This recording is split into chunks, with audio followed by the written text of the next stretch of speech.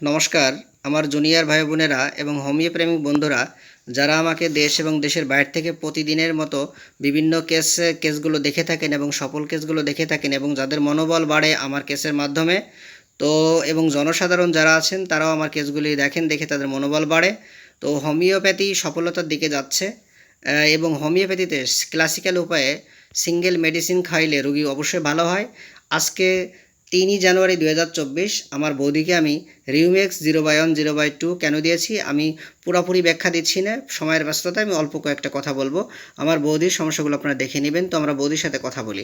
বৌদি, আপনার কি কি সমস্যার জন্য আমার এখানে আসছেন? ঠান্ডা জনিত অ্যালার্জি, হাঁপানির সমস্যা, আচ্ছা, মাথা ব্যথা। হ্যাঁ, মাথা ব্যথা, নাকে পলিপাস। আচ্ছা, আর শ্বাসকষ্ট। এবং আপনার হেঁচি সবসময় হয়? হয়, শীতকালে বেশি। শীতকালে বেশি হয়। আচ্ছা, শীতকালে বেশি হয় হেঁচি, এবং আপনার ঠান্ডা লেগেই থাকে 12 মাস কাল, তাই তো?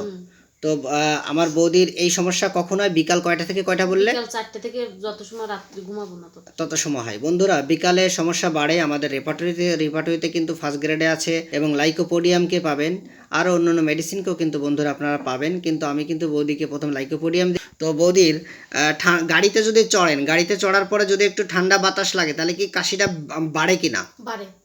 কিসে কিসে বাড়ে একটু বলুন। বাতাসে বাড়ে, ধুলোজনিত কাজ করলে সেগুলো নিয়ে হয়। এবং আপনার কাশি দিলে গলা ব্যথা করে?